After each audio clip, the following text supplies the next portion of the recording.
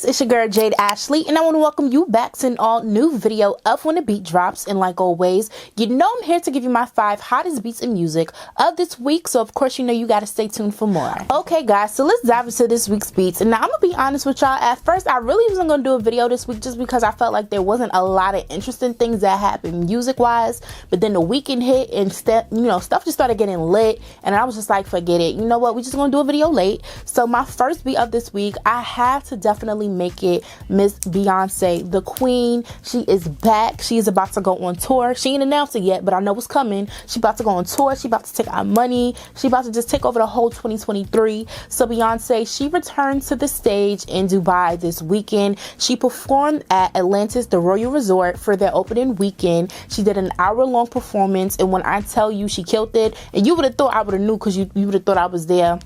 But that wasn't the case whatsoever. There was a lot of celebrities there and stuff that enjoyed, the opening of that, new resort. I believe that I saw somewhere on TikTok, somebody said that they're going to start taking bookings in February. But, they had their opening this weekend and everybody was basically there, and they was there to see Beyonce. She did a whole concert and stuff like that. Her return to the stage. So I just want to talk about that because that was definitely a highlight this past weekend. That's all people are talking about, and it was all people were talking about throughout the week. So people who were already in Dubai and stuff like that, they kind of overheard Beyonce performing. It was already, known that she was going to perform. I think it was 24 million, 25 million or something like that. I'm gonna put the correct, price on the screen, but she got paid millions of dollars to perform at the opening of this resort this past weekend, and she brought out the who's who, and she looked amazing. She just let everybody know that the vocals are still there, the looks are still there, and that she's just coming. She's coming to take 2023. We're only 22 days into the year, and yeah, she's just letting it be known. So TikTok is my source for everything, first and foremost. But I was on TikTok and I actually had seen a video from somebody where I don't know where they got the photo or wherever, but there was a invitation. So it was invite only, first and foremost. It was not a lot of people that was there. It was a couple of hundred people that was there to witness this performance. And on the invitation, they basically just let them know that you cannot record and stuff. I think there were little pouches and stuff that they were provided with to, have their phones in and stuff. So they didn't get a chance to kind of record the show. I think at a certain point in time they were able to take out their phones to kind of record, but they couldn't record the whole thing. But somebody had to do it. Somebody had to get the footage because eventually the footage started going around on TikTok. So there were a good couple of clips that started going around. I know Beyonce, she opened up the show singing At Last. She had this yellow gown on with the feathers and stuff or whatever.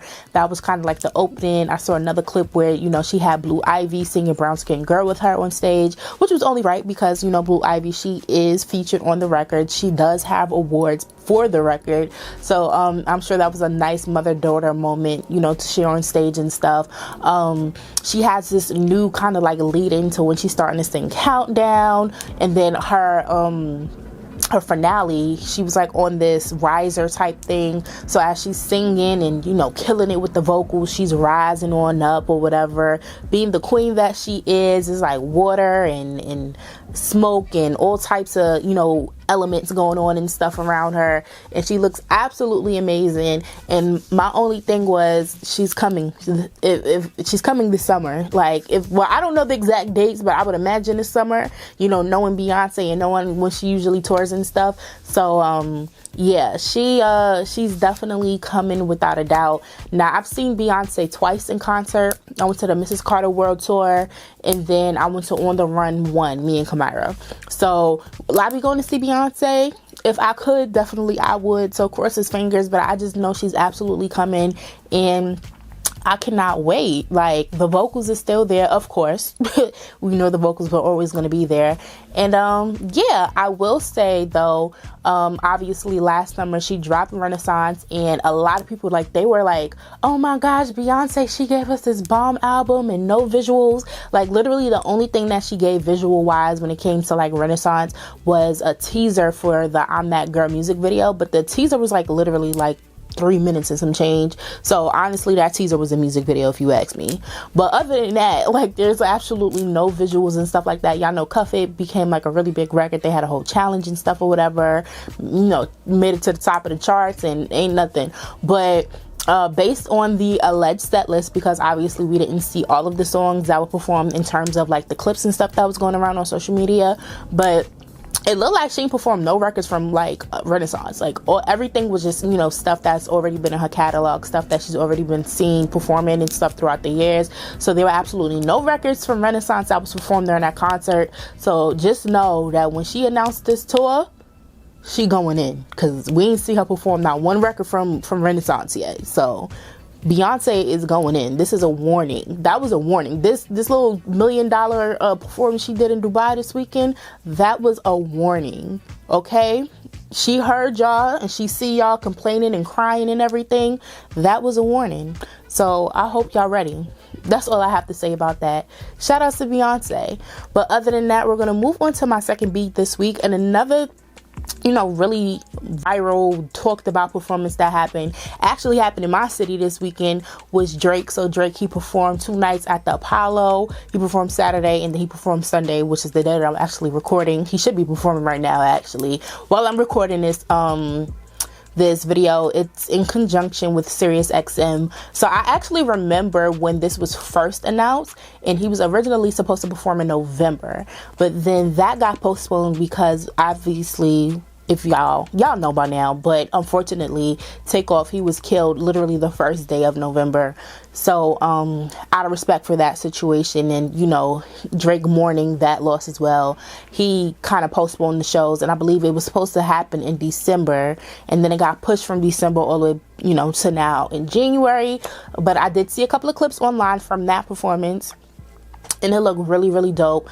I think what I love, based on what I saw, because obviously I wasn't there, was just like the whole stage setup. Like, it's the Apollo Theater, and just how he kind of like had his, you know, different sets and stuff or whatever. So what I did see, like I said, my source is TikTok. So the first set that he actually had on his stage was like a remake of like his bedroom or whatever, and he opened up the show with Over My Dead Body, which is obviously from Take Care, and it was just so nostalgic just to even see him performing that record in 2023 first and foremost.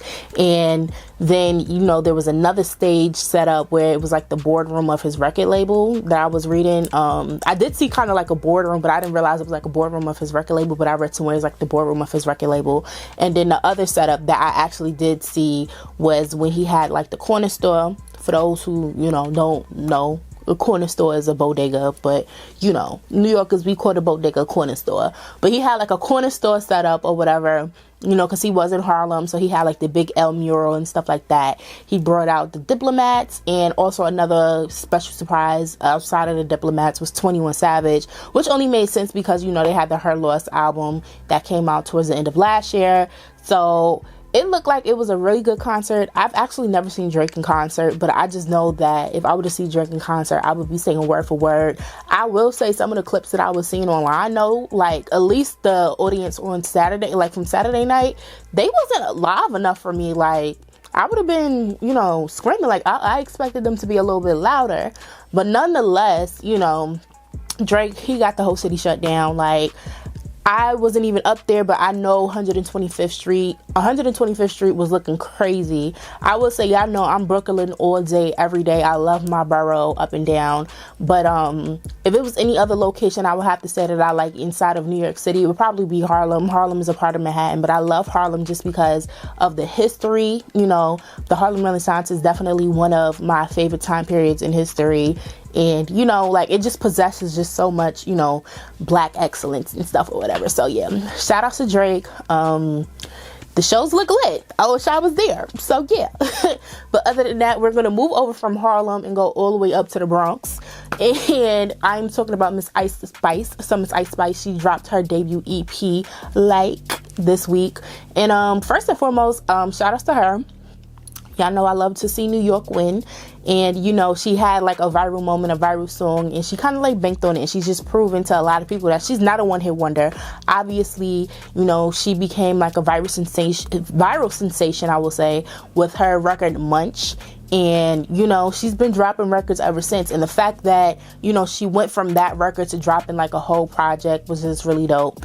I absolutely love the cover art for the project, like just the whole animation of it, you know, with the little orange fro and stuff or whatever. I thought it was real cute in my opinion. But the whole project in total has 5 records. Of course, you know, you get Munch, which is like the single that kind of like helped jump start her career in terms of, you know, her success just outside of New York and stuff like that. So I said 5, I meant to say 6. It's 6 records, excuse me, but it's 6 records. I put in my notes 5, but it's 6, whatever. So yeah, so the first record is In Her Mood, which is her latest record, and I believe she was just recording. Did she record the music video for In Her Mood yet? I don't think she did. I think that was the music video that she was recording like this past week or last week or something like that with Cleopatra. So In Her Mood, which is the first record. The second one is Princess Diana. The third record, which is my favorite record, is Gangsta Boo, because it has the I Need a Girl Part 2 sample in it. So I really like how they switched that up. And I know she was supposed to record that music video. I don't know if she started recording that music video, but I know that recently Little TJ, he actually got arrested, and I think he was on his way to shoot that music video with her, you know, because they both from the Bronx or whatever. He's featured on that record. It's a dope record, I think. I really like that. That's my favorite record out of the whole project. But yeah, Gangsta Boo, I like that record, so listen to that one.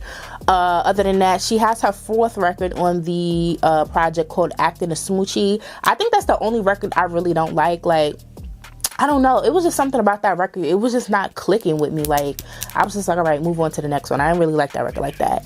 And then we have Bikini Bottom, which was what she released after Munch, and then Munch, yeah. So I like it overall. It kind of sticks to like the whole drill movement that she's a part of and stuff or whatever.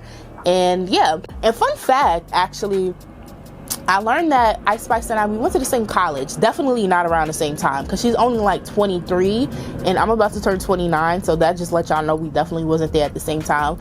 But if you see my vlogs before, you see me, I got like 2 college vlogs or whatever, but she went to Purchase, and because I had seen a photo of her. I guess she was like on a volleyball team, and I was like, she was at Purchase. So yeah, shout out to Purchase, you know. I don't think she graduated from there, but her being from the Bronx, it would make sense for her to go to Purchase, because Purchase is not that far from the Bronx. So, but yeah, shout out to Ice Spice. Congrats on your new EP, girl. Yeah, keep on going. Love it.